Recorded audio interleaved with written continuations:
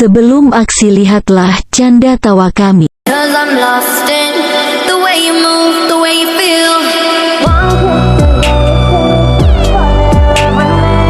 Possibilities, I look like all you need. Riding high when I was king. I played it hard and fast. Walk away, want me there. Easy on me, oh, and it would. My people out there, my people out there, my people out there.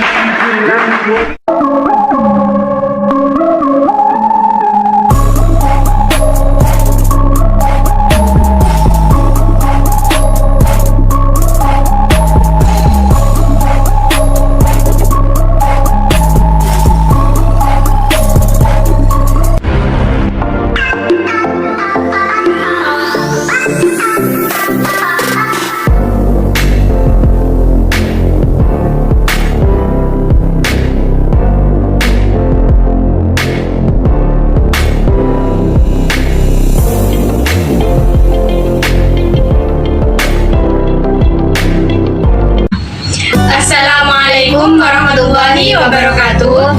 Perkenalkan, nama saya Umairatul Hasanah. Saya Mila Aidatul Iza. Kami di sini akan mewawancarai kepada masyarakat mengenai apa itu hukum Bagaimana penegakan hukum saat ini? dan bagaimanakah harapan hukum ke depannya. Bagaimana itu? Kita lihat sekarang.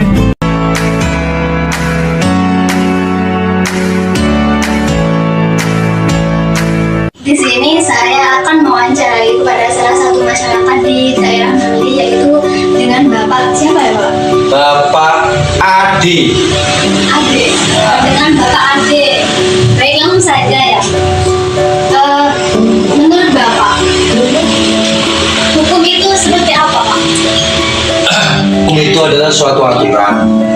Aturan itu yang nanti mengatur jalannya kehidupan di masyarakat agar masyarakat tidak kacau. Seandainya nggak ada hukum, maka negara ini akan hancur. Karena semua serba bisa, tidak ada produk hukum. Makanya hukum itu sangat diperlukan di suatu negara. Karena baik tidaknya suatu negara itu juga berdasarkan hukum itu tadi. Sekarang ya Bapak, menurut Anda apa namanya penegakan hukum saat ini itu seperti apa Pak? Jadi sebenarnya kalau kita tegur baik sudah banyak yang dimiliki untuk menilai masyarakat. Serukan harapan kita itu ya hukum harus semakin baik. Jangan hanya salah satunya ya ada ke bawah ataupun ke atas. Itu aja kalau diktasi seperti itu gitu. Karena kita orang bawah gitu. Dan selanjutnya Pak ya, kalau menurut jenengan, bagaimana harapan hukum ke depannya? Ya harapan hukum kedepannya ya harus semakin baik Pak, terutama dari segi aparatnya harus diperbaiki. Jadi salah satu negara itu biar semakin maju, salah satunya dari keadilan penegakan hukum itu. Jadi yang kita bahas tadi itu mindset yang katanya tajam ke bawah tubuh ke atas itu sudah dihilangkan. Itu adalah berdasarkan Pancasila, keadilan sosial bagi seluruh rakyat Indonesia. Ya mungkin cuma itu penjelasan dari Bapak Ade tadi, dan kami dari mahasiswa UIN mohon maaf jika mengganggu waktunya ya Pak, dan terima kasih buat penjelasan Anda. Sama-sama. Ya, dan itu Bapak bisa membantu kami dalam tugas kami. Dan harapan saya juga sebagai mahasiswa, semoga nanti setelah lulus dengan bisa memajukan negara ini. Amin ya Allah. Terima kasih Pak. Baik, yang selanjutnya saya akan mewawancarai kepada kalangan mahasiswa juga, yang mana di sini saya sudah bersama dengan Kak Lina. Benar dengan Kak Lina? Enggak Kak. Langsung saja ya Kak. Kalau menurut Kak Lina, hukum itu apa sih? Jadi kalau menurut pandangannya sendiri, hukum itu sebuah peraturan yang memang sengaja dibentuk berdasarkan norma-norma, di mana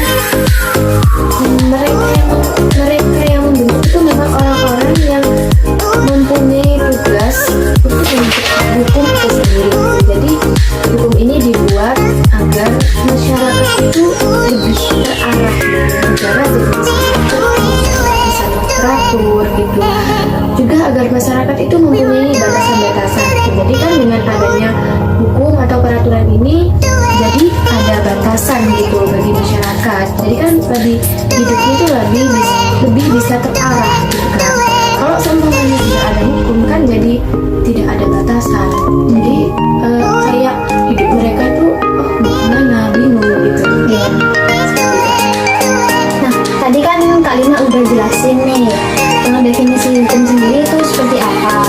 Kalau menurut pandangan Kak Lina, penegakan hukum di Indonesia saat ini itu seperti apa?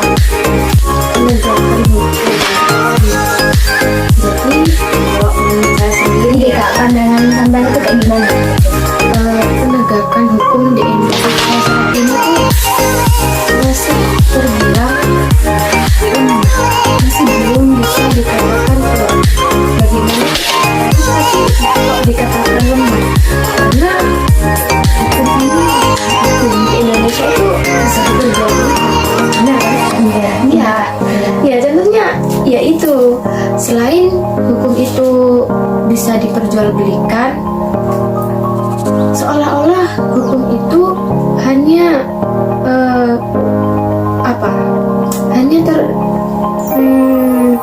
berlaku bagi masyarakat yang kecil gitu, bagi mereka yang tidak mempunyai jabatan gitu. Jadi seolah-olah hukum itu ya bagi mereka yang tidak punya jabatan.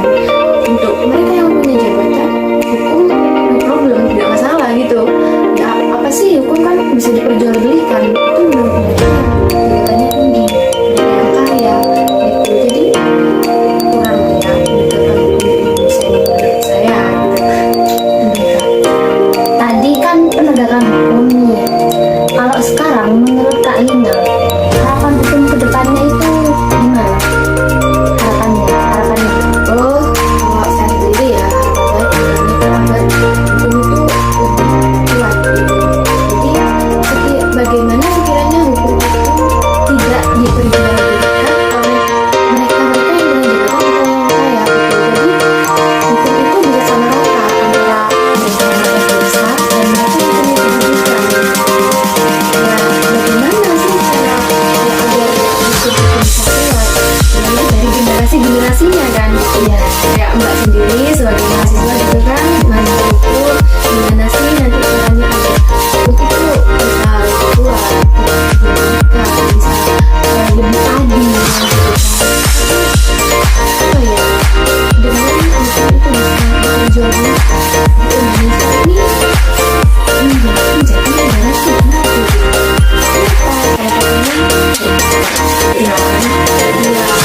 Koruptor itu kayak bagi mereka hukum apa sih, hukum bagi mereka tuh kayak hukum tuh nggak seberapa gitu dari koruptor itu, karena kan dari adanya koruptor negara kita ini tidak maju.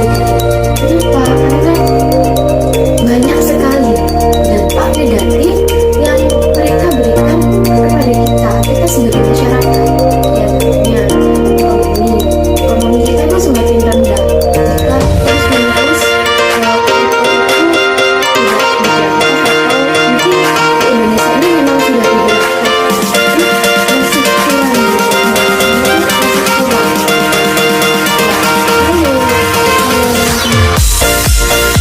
Lalu itu kan bisa membuat rakyat yang miskin menjadi lebih miskin gitu. Kenapa? Karena ada bantuan dari pemerintah itu sekian, kemudian karena adanya koruptor, jadi masyarakat itu dengan ya jadi anjlok gitu. Sebenarnya yang ke masyarakat itu bukan separuh dari apa yang dikasih ya, jadi sedikit banget gitu. Terus ya bagaimana masyarakat kita bisa maju, ya bagaimana negara kita bisa maju sedangkan masih ada hal-hal yang seperti itu atau para koruptor. Sedangkan negara yang maju itu sendiri ya karena salah satunya itu tidak adanya korupsi gitu. Contohnya itu seperti negara Singapura ya. Negara Singapura itu kenapa bisa maju, bisa sangat maju gitu? Karena di sana itu korupsinya itu sedikit gitu. Apalagi di Cina. Di Cina itu kalau nggak salah, saya itu di Cina kalau ada korupsi langsung ditembak mati kalau di sana. Terus ya, tapi ya itu salah satu saya agar hukum itu kedepannya ya bisa lebih kuat dan juga ya, tidak diperjualbelikan gitu, agar Indonesia ini bisa lebih maju gitu, bisa yang lain juga. Kalau saya tanya lagi, menurut Kak Lina, hukum itu maksudnya seberapa penting hukum bagi kita? Gak cuma kita, saya, jenengan juga masyarakat Indonesia, masyarakat lain pokoknya. Seberapa penting? Seberapa penting? Ya, sangat penting sekali ya. Karena hukum ini sebagai arahan hidup kita ini akan kemana gitu. Jadi seumpama tidak ada hukum, otomatis kan tidak ada batasan-batasan gitu, hidup jadi tidak teratur, negara ini otomatis akan tidak terstruktur, akan kacau gitu, nggak tahu arahnya mereka tuh mau kemana, apa mereka mau ke barat atau ke timur gitu, jadi ya ke barat ke timur gitu kan, jadi kayak kacau banget ya. Kalau penting banget gitu, jadi ya itu harapan lagi, semoga itu bisa tidak lemah lagi di Indonesia ini, bisa lebih kuat dan juga bisa adil kepada masyarakat yang bilang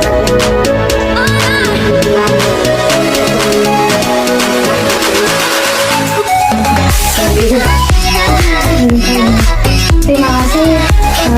Mungkin ya hanya itu saja penjelasan dari Kak Lina.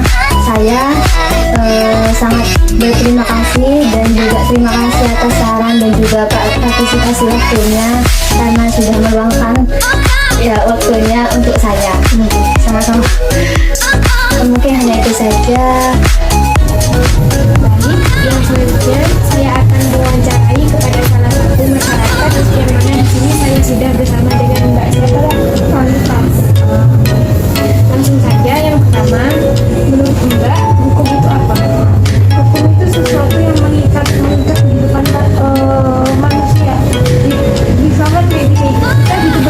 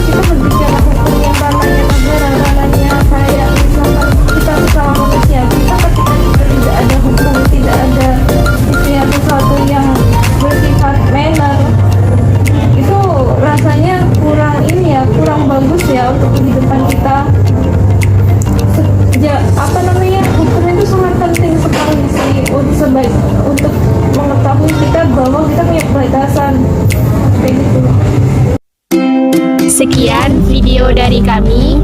Jika ada salah kata yang kurang berkenan di hati, kami mohon maaf yang sebesar-besarnya.